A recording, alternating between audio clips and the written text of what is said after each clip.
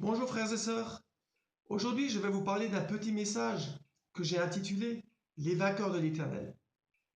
Et bien comme base, je vais prendre un passage de l'Ancien Testament dans le livre des Juges. Vous vous souvenez, là où Gédéon est venu au milieu de la nuit pour détruire l'autel de Baal, pour y construire un autel de l'Éternel à la place et y offrir un taureau.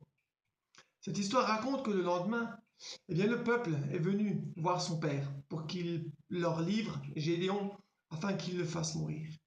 Et c'est là que cet homme a pris la défense de son fils en disant que si Baal est un dieu, il n'a qu'à plaider lui-même sa cause.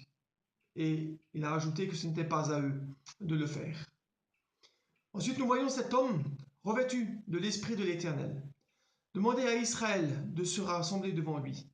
Et là, 32 000 hommes parmi le peuple ont été choisis pour aller en guerre contre les ennemis d'Israël qui étaient rassemblés, une armée nombreuse, tellement nombreuse qu'on ne pouvait pas la compter. Cela est arrivé, ainsi que vous le savez et que le raconte l'histoire, parce que Israël avait fait ce qui était mal aux yeux de l'Éternel, et que c'était à cause de cela qu'il s'était retrouvé dans l'adversité avec les Madianites. Donc nous voyons Gédéon devant cette armée, et là l'Éternel lui dit que le peuple qui est avec lui est trop nombreux, et qu'il pourrait en tirer gloire, et dire que c'est par la force de son bras qu'il a gagné contre ses ennemis. L'Éternel dit, propose à ceux qui viennent de se marier, à ceux qui viennent de prendre une maison, à ceux qui ont peur d'aller à la guerre, de se retirer. Ensuite, nous voyons qu'à ce moment-là, il reste encore 10 000 hommes parmi tout le peuple. 22 000 s'étaient retirés. Et là, Dieu dit, ils sont encore trop nombreux. Et sur la parole de l'Éternel, Gédéon descend au bord de l'eau avec ses 10 000 hommes. Et l'Éternel lui dit, celui dont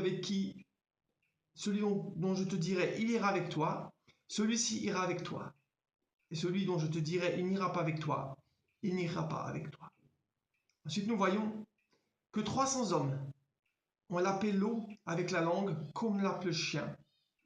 Et ce sont ces 300 hommes-là qui ont été choisis et par lesquels l'Éternel a opéré une grande délivrance en faveur de son peuple d'Israël.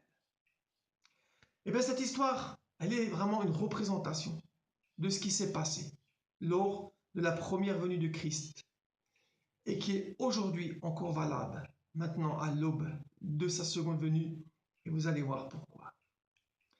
Eh bien, vous vous souvenez que lorsque Jean-Baptiste est entré en scène, lui, le prophète, le précurseur de la première venue de Christ, nous voyons la même situation se produire. Parmi le peuple juif qui était là et qui attendait le Messie, un certain nombre ont reconnu que Jean le Baptiste était l'Élie qui devait venir préparer le chemin du Seigneur. Et ces hommes-là, de par leur amour pour la vérité, de par un zèle plus particulier qui était dans leur cœur pour leur Dieu, se sont rendus compte que Jean le Baptiste avait bel et bien été envoyé avec l'esprit d'Élie pour préparer le chemin du Seigneur. Ensuite, nous voyons que Jésus entre en scène, et là, un autre tri se fait, une autre sélection se fait. Nous voyons au final qu'il n'y a plus qu'un petit nombre de personnes qui reconnaissent Jésus comme le Messie annoncé par les Écritures et par les saints prophètes. Et ce sont ces gens-là qui deviennent les disciples de Christ, en suivant, et bien sûr, le modèle que lui leur a donné, en vivant un renoncement total de tout ce qu'ils possédaient, après avoir eu foi en la vérité. Et ce sont ces hommes-là qui ont été choisis pour être les grands vainqueurs de l'Éternel. Ce sont ces hommes-là qu'on a appelés la petite épouse de Christ. Vous savez, Jean-Baptiste, il le disait lui-même, à un moment donné, on est venu lui dire, voici que celui que tu as baptisé dans le Jourdain, tous vont à lui. Et Jean leur répond, mais celui qui a l'épouse, c'est l'époux. L'ami de l'époux qui se tient là et qui l'entend éprouve une grande joie à cause de la voix de l'époux. Il faut qu'il croisse et que je diminue. Ainsi donc, nous voyons que tous ceux qui sont venus à lui ont été appelés l'épouse. Et comme vous le savez, le Christ a deux épouses. Une épouse parmi le peuple juif et une épouse parmi le peuple des nations. Et c'est cela qui nous concerne aujourd'hui. Étant donné qu'il y a ces deux épouses, il y a deux venues de Christ. et il y a aussi devenu de l'esprit d'Élie, ainsi que, eh bien, cela est écrit dans Matthieu 17. Vous vous souvenez aussi de cette petite histoire que Jésus avait racontée avec eh bien, le fils prodigue, de cet homme, de ce père qui avait 2 fils et dont le plus jeune, eh bien, après avoir reçu son héritage, s'en va dans un pays lointain pour dépenser eh bien, tous les biens de son père en vivant dans la débauche. Au bout d'un certain temps, la misère se fait sentir et là il se souvient de ce qu'il avait dans la maison de son père et entreprend à ce moment-là eh bien, de retourner dans la repentance vers celui duquel il s'était détourné. Cette image-là de cette histoire, elle est véritablement ce qui s'est passé avec nous les nations lorsque nous avons reçu l'héritage de Christ au biais de l'apôtre Paul. Nous avons tout dépensé avec l'esprit du monde. Nous avons perverti la religion. Nous avons abandonné notre premier amour, qui fait que, dans un amour total pour Dieu, eh bien, nous renonçons à tout ce que nous possédons, après avoir reçu la révélation sur notre véritable identité, pour le suivre sur le chemin qu'il a inauguré pour nous. Cela, nous l'avons abandonné, nous l'avons perverti. Et, comme vous le savez, la chrétienté est partie dans une Babylone spirituelle.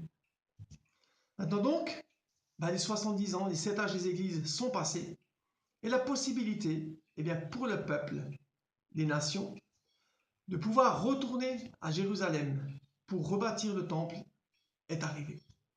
Et de la même manière que eh bien, Jean-Baptiste avait été envoyé vers le peuple juif comme précurseur, de la même manière, le Seigneur nous avait envoyé Marion William Branham comme précurseur de sa seconde venue, afin que nous puissions nous aussi nous préparer à cette venue de Christ et afin d'aller à sa rencontre selon le modèle que lui nous a donné à l'époque lorsqu'il était sur la terre et par lequel eh bien, tous ceux qui sont devenus ses disciples l'ont suivi. Voilà maintenant ce qui vous attend aujourd'hui, vous, les gens des nations, les croyants des nations, pour que vous puissiez faire partie de ces vainqueurs de l'Éternel. Et comme vous le savez, dans le livre de l'Apocalypse, dans l'église de Laodicée, le message a été que c'est à celui qui vaincra, il lui sera donné de s'asseoir avec lui sur son trône, comme lui a vaincu et s'est assis avec le trône de son Père. Et si vous regardez encore l'histoire de Jean le Baptiste, eh bien vous verrez qu'à un moment donné, les disciples de Jean viennent vers Jésus et lui disent « Maître, comment se fait-il que nous, les disciples de Jean, nous jeûnons ainsi que les pharisiens et que tes disciples ne jeûnent pas ?» Ce qui est étonnant, c'est de voir que, eh bien, ils avaient reconnu que Jean le Baptiste était le précurseur de la première venue de Christ, qui leur annonçait la venue du Messie et que là, le Messie était devant eux et ils ne le reconnaissaient pas. Ce qui s'est passé là, au temps de la première venue de Christ, est encore ce qui se passe aujourd'hui parmi le peuple des croyants.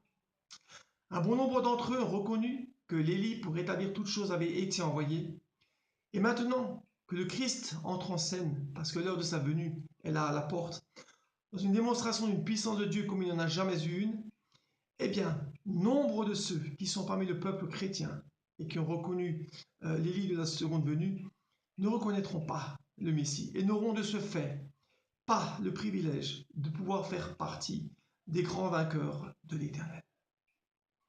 Donc, c'est à chacun de se remettre en question et de voir si aujourd'hui, eh bien, nous sommes comme ces 300 hommes au temps de Gédéon, qui avaient véritablement soif de la parole de Dieu. Parce que c'est cela que l'Éternel va observer, et c'est ce qui lui fera porter son choix envers ceux qui boiront l'eau de la vie, et qui seront pour les autres comme des chiens qui lapent l'eau. Voilà, chers frères et sœurs, je vous ai fait part en quelques petites minutes de ce message sur les vainqueurs de l'Éternel. Je vous remercie de m'avoir écouté si patiemment, et je vous dis à très bientôt pour une prochaine petite vidéo. Merci encore à vous.